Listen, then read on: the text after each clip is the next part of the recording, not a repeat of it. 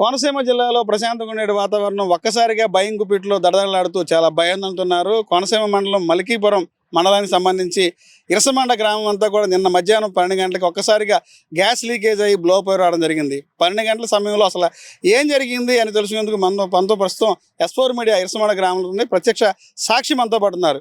వారిని తెలుసుకుందాం. సార్, నిన్న టైంలో అసలు ఈ బ్లోఅప్ అనేది ఏ టైంలో జరిగింది అంటే ఏం చెప్తారు సార్? ఏంటి అసలు మీరు? అది 12-12:30కి పొగ మంచులాగా వచ్చింది సార్. విపరీతమైన సౌండ్లు వచ్చినాయి సార్. సౌండ్లు వచ్చేటప్పటికి మాకు ఏంటిది అనుమానంగా అనిపించింది. అనుమానం అనిపించి మేము మా ప్రెసిడెంట్ గారు మేము పంచాయతీ కూడా అక్కడ పక్కన పని చేస్తున్నాం. బిల్డింగ్ నేను హౌస్ కన్స్ట్రక్షన్ సార్.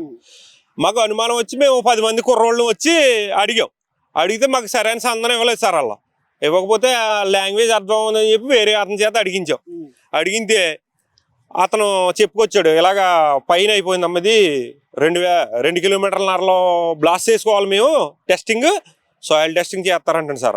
అది కిలోమీటర్న్నరకు అయిపోయిందండి. ఆ గార్డు చెప్పారు మాకు. మరి లీకేజ్ వల్ల ఏంటంటే ఎండోట్ లేదమ్మా ఇక్కడ, ఆ ఎండలేని గురించి ఈ గ్యాస్ కిందకు వచ్చేస్తుంది. ఇది మీ ఊర్లో ఎక్కడ ఫైర్ చేయకుండా సేఫ్టీ తీసుకోమని చెప్పండి, పంచాయతీకి తెలియపరచండి. మేము పంచాయతీ ప్రెసిడెంట్ గారికి తెలియపరిచి ఆయన మా కుర్రోళ్ళందరినీ అలర్ట్ చేసి ఊరిని ఖాళీ చేయించారు సార్. అప్పటికి 1 గంటన్నరగా ఇప్పటికో మైక్ అనౌన్స్మెంట్ పెట్టారు సార్. అప్పటికి జనాల పరిస్థితి గ్రామంలో జనం అంతా ఎటువంటి పొరుగులు చేశారు. విపరీతమైన వాసన, దురదలు రావటం, కళ్ళు మంటలు రావటం కింద జరిగింది సార్.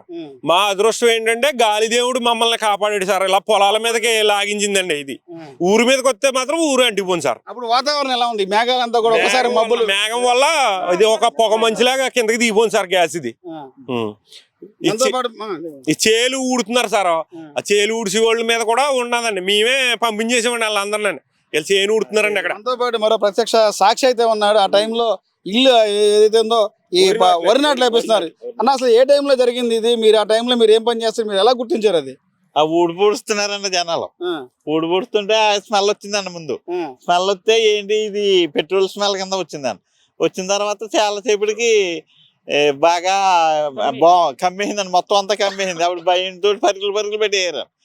పరుగులు పెట్టేటప్పటికి ఈ ఇంట్లో ఉన్న వాళ్ళు కూడా ఎక్కడ వదిలేసేసి పారిపోయిన తర్వాత ఒక అరగంటకి పేలిందండి. గట్టిగా పేలి మంటలో పొగ మొత్తం అంతా కమ్మేసింది. అంటే మీ వర్పోలానికి బ్లోకి చాలా దగ్గరలోనే ఉంది. అప్పుడు మీ పరిస్థితి ఏంటి? మీరు ఎలా ఇదయ్యారు? అప్పుడు ఎలా భయపడిపోయారు? కూలీ పరిస్థితి ఏంటి? అసలు పడతలెగితే గెలాబులు పెట్టేశారండి. మామూలుగా కూడా ఊడుపు ఇంకా దగ్గర అండి. 50 మీటర్లు కూడా ఉండదు, 20 మీటర్లు ఉంటదండి. అయినా సరే గెలాబెట్టి పడతలెగితే గెలాబెట్టి రోడ్డుకి వెళ్ళిపోయి ఇంకెనక తిరిగి చూడలేదండి. ఎవరు కావాలి, ప్రాణాలు కాపాడుకోవాలని వెళ్ళిపోయారండి. అప్పుడు వాతావరణం పరిస్థితి ఎలా ఉంది? క్లైమేట్ ఎలా ఉంది ఆ టైంలో? అంటే మీకు దగ్గరలో చూస్తేనే కనపడుతుంది మీ పొలానికైనా బ్లోకి. అప్పుడు వాతావరణం ఎలా ఉంది పరిస్థితి? బాగా మబ్బుల కింద ఉందండి. ఎండ లేదు. ఎండ లేకపోవడం, ఈ స్మెల్ రావడం, ఇంకా అసలు పెట్రోల్ స్మెల్ వచ్చేసిందండి. అది దానికోసం ఇంకా భయపడిపోయి గమ్ముని ఎవరు అగ్గిపుల్ల వేసినా, ఎవరు పొయ్యి అంటించినా మొత్తం అయిపోద్ది. నగరాన్ని ఆల్రెడీ ఒకసారి అయ్యింది, మేము చూసాం కళ్ళారాను. అనే ప్రమాదం చాలా భయపడిపోయి ఆ ఊరు దాటేసి చాలా దూరంగా వెళ్ళిపోయాం. మొత్తం ఊరంతా ఖాళీ చేసి మొత్తం ఖాళీ చేసి కంప్లీట్ ఇగ్గు పక్కనే ఊడ్చేది వాళ్ళు. కనీసం ఆ ఊడిపోలతో చెప్పలేదు వెళ్ళిపోండి ఇక్కడ ప్రమాదం జరుగుతుందని. 15 మంది మేము చూస్తున్నాం. వాళ్ళు వెళ్ళలేదంటే ప్రమాదం కాదా, ప్రమాదం అయితే వెళ్ళిపోతారు కదా అని మేము ఆగిపోయాం. కానీ ఎప్పుడు పావు గంటకే వాళ్ళు 60-20 నిమిషాలుగా వెళ్ళి పరిగెత్తారు. ఏంటి వాళ్ళు పరిగెడుతున్నారని చెప్పి మేము ఇలా తిరిగి కాడికి వచ్చాం. అయ్యో మయం వద్దాం కూడా ప్రమాదకరంగా ఉంది. అప్పుడు మేము పరిగెత్తామండి. వాళ్ళతో చెప్పలేదు వాళ్ళు. అక్కడ ఊడిపుడుతున్నారు. రిగ్గికి దానికి 20 మీటర్లు ఉంటది. ఆ మూల దాకా ఉందని చేను అక్కడ రిగ్గి పక్కకు ఉంది. అంత ప్రమాదం, అంత నిర్లక్ష్యం చేశారండి వాళ్ళు. వాళ్ళని అనేది ఏం కాదు, కొన్ని మాట కదా. వాళ్ళతో చెప్తే పాకిపోద్దు కదండి అంతాను. కనీసం వాళ్ళతో చెప్పలేదు. వాళ్ళేమండి భయపడకుండా ఊడుతున్నారు కదా అని మేము అక్కడ నుంచి ఉన్నామండి. అప్పుడు మేము పనిచేస్తున్నాం అక్కడ. అది అలా జరిగింది. మరి దాన్ని బట్టి మరి సమాచారం అంతా ప్రజల్ని అంత అమాయకులుగా చూస్తున్నారు. దీన్ని బట్టి చూస్తే ఓఎన్జీసీ నిర్లక్ష్యం అనుకోవచ్చు అంటారా? అంతే అండి. ఓఎన్జీసీ సిబ్బంది నిర్లక్ష్యమే కదా మరి ఇంతవరకు జరిగింది. మరి లేదంటే ముందే 1 గంట ముందు వెళ్ళిపోతారు కదండి. మరి పక్కకి వెళ్ళిపోతారు కదా చెప్పి ఉంటే.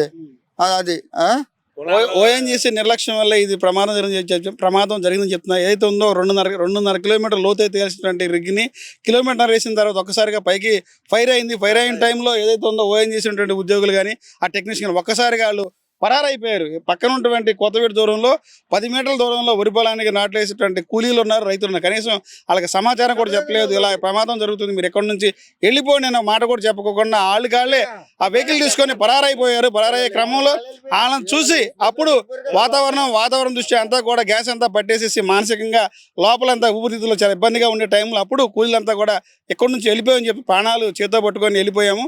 ఇది ఓఎన్జీసీ వాళ్ళ నిర్లక్ష్యం వల్ల ఇదంతా జరిగిందని చెప్పి గ్రామస్తులు చెప్తున్నారు. ఇది ఇక్కడ పరిస్థితి. కెమెరామెన్ సతీష్తో రాజ్ కమల్, S4 మీడియా, ఇరసమండ నుంచి.